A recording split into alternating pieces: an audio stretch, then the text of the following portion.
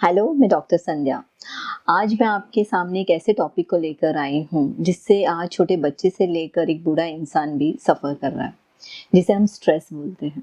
Actually stress होता क्या है? उसके 9 कारण होते हैं, जैसे कि indiscipline, lack of confidence, too much attachment, comparison, unsatisfied, too much kind nature, jealousy, dependency, sympathy gain करना।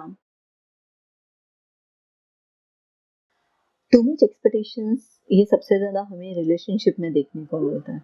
रिलेशनशिप हो या फैमिली हो, अगर हम बहुत ज़्यादा किसी पे डिपेंड हो जाते हैं या बहुत ज़्यादा किसी पे एक्सपेक्टेशंस करते हैं, तो ये चीज़ें धीरे धीरे करके सबसे जब नया नया होता है तो सब कुछ बहुत अच्छा लगने लगता है, बट उसके बाद में किसी एक पार्टनर को या किसी एक बंदे को इससे प्रॉब्लम्स क्रिएट होने लगते हैं। जब वो बंदा उस चीज़ से हमें अवॉइड करने लगता है तो हम अंदर ही अंदर स्ट्रेस फील करने लगते हैं। तो ये जो चीज़ें होती है, ये चीज़ें भी हमें कहीं ना कहीं किसी ना किसी तरीके से इफ़ेक्ट करने लगती है। तो सबसे पहले अगर हम अपने आप में ही इतने स्ट्रांग और अपने आप को ही इतना काबिल कर ले, तो हमें किसी पे भी डिपेंड होने की या एक्सपेक्टेशंस रखने की ज़रूरत नहीं है। अनसेटिस्फाइड ये नेचर एक ऐसा नेचर है जिससे हम कोई भी चीज़ को लेकर पूरी तरीके से खुश नहीं हो पाते हैं। किसी की चीज़ों को लेकर खामी निकालना या उनको करेक्ट करते रहना, पहले पहले ये चीज़ों में हमें खुशी मिलने लगती है, लेकिन जैसे जैसे दिन निकलते जाते हैं, लोगों को जब हमारे इस नेचर के बारे में पता चलता है तो लोग हमें अवॉइड करना शुरू करते हैं। जब लोग हमें अवॉइड करने लगते हैं, वो फैमिली हो सकते हैं, फ्रेंड्स हो सकते हैं, या फिर आप कोई रिलेशनशिप में हो, स्ट्रॉन्ग रिलेशनशिप में हो, जब वो इंसान तुम्हें अवॉइड करने लगता है, तब कहीं ना कहीं हम स्ट्रेस में अपने आप को इन्वॉल्व करने लगते हैं। कैसे बचें इन चीज़ों से? बहुत सारी ऐसी चीज़ें हैं जिससे आप उससे बच सकते हो। फिर उसके बाद में आता है जेलसी नेचर। जेलसी नेचर भी एक ऐसा नेचर होता है जो इंसान को खुद को नहीं पता रहता है कि उसके अंदर जेलसी है, बट जब वो दिखने लगता है, जब लोग उसको महसूस करने लगते हैं या फील करने लगते हैं, तब वो उस बंदे को अवॉइड करना शुरू करते हैं।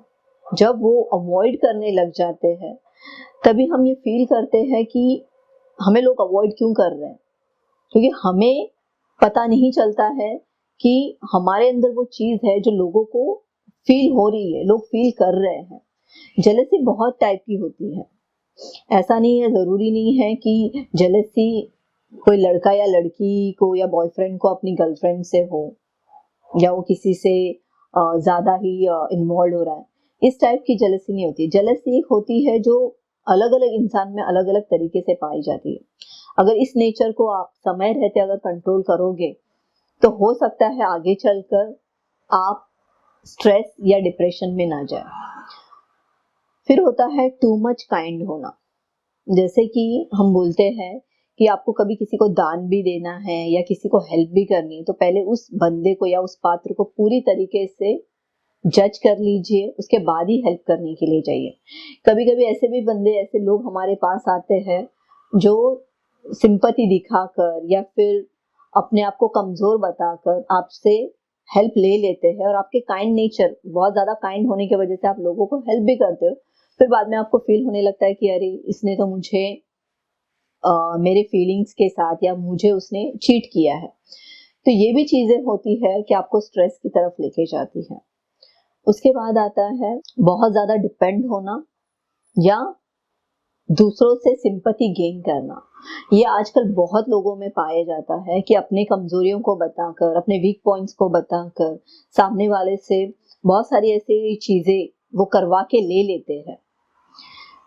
शुरुआत में ये बहुत अच्छा लगने लगता है, शुरुआत में लोग मदद भी करने लगते हैं, लेकिन जब लोगों को ये पता चलता है कि ये इंसान सिर्फ सिंपैथी हासिल कर रहा है हमसे, इसे खुद को कुछ नहीं करना है, सिंपैथी हासिल कर रहा है, तो वो लोग आपको अवॉइड करने लगते हैं। जब लोग आपको अवॉइड करने लगते हैं, तब आपको ऐसा फील होता है अरे पहले तो इन्होंने बहुत अच्छे से हेल्प किया था, अभी क्यों अवॉइड कर रहे हैं। लेकिन हमें हमारे अंदर की खामियां नहीं पता चलती है कि हमने पहले क्या किया है, और अब ये दिखने लगा है, लोगों को समझ में आने लगा है।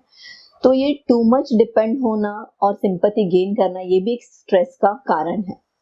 उसके बाद आता है ईगो। ईगो एक ऐसी चीज है जिसमें हम चलकर किसी भी चीज को एक्सेप्ट करने के लिए रेडी नहीं होते हैं। हमें अपनी ही सारी चीजें सही लगने लगती हैं, हम ही सही है, हमने सही किया है। हो सकता है आपने जो भी पहले किया होगा वो सही होगा, आपके जजमेंट सही होंगे, सब कुछ सही होगा, हर वक्त सही नहीं होता है। तो ये भी कारण होता है कि लोग आपसे दूर होने लगते हैं। आपको लगता है कि ये सब पहले से ठीक हो रहा था, अभी ऐसा क्यों हो रहा है, और आपको ऐसा लगता है कि सिर्फ आप सही हो, बाकी सब गलत है। ये सोच भी आपको कहीं ना कहीं स्ट्रेस पे लेके जाती है। उसके बाद होता है जजमेंटल नेचर। जजमेंटल यानी कि किसी को भी देख के अपना एक जजमेंट दे देना, नहीं ये इंसान ऐसा ही है, ये ऐसा ही होगा क्योंकि मुझे पता है।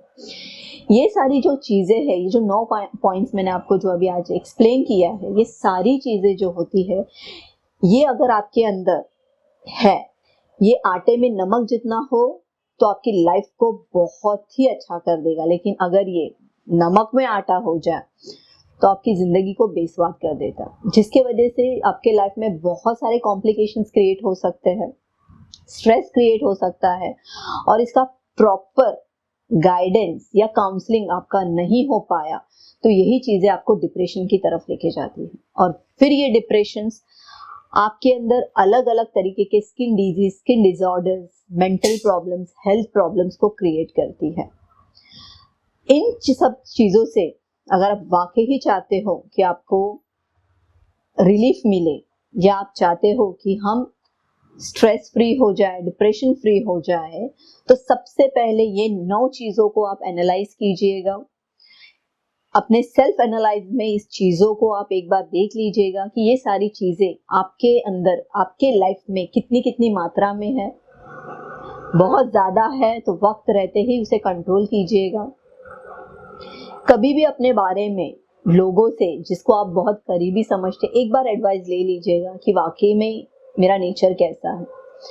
अगर इस चीजों को आप एक्सेप्ट करते हैं और उसको आप करेक्ट करेंगे तो मुझे नहीं लगता है फ्यूचर में आपको कोई भी तरीके की बीमारी, कोई भी तरीके का स्ट्रेस या कोई भी तरीके का डिप्रेशन होगा।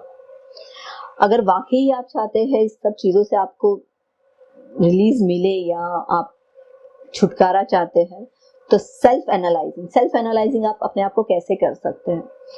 शांति से अपने रूम में एकांत में बैठकर मिरर के सामने अपने आप को प्रेजेंट कीजिए और अपने आप में अपने आप से बात कीजिए। ये बहुत जरूरी है अपने आप से बात करना। देखिए कि क्या सही है, क्या गलत है, वाकई में आप सही कर रहे हो या नहीं कर रहे हो। जब आप ये सेल्फ एनालाइज करोगे तो आपको किसी भी डॉक्टर या किसी भी कंसल्टेंट या किसी भी काउंसलिंग की जरूरत नहीं है। उसके बावजूद अगर लगता है कि आपको इस जिंदगी में ये सारी चीजों को बैलेंस करना है, तो एक प्रॉपर काउंसलर को आप फाइंड आउट कीजिए। एक प्रॉपर काउंसलर के साथ में बैठ के आप इस टॉपिक पे डिस्कस कीजिए, तो डेफिनेटली आपको इसमें गाइडेंस मिलेगी, प्रॉपर वे मिलेगा। Thank you.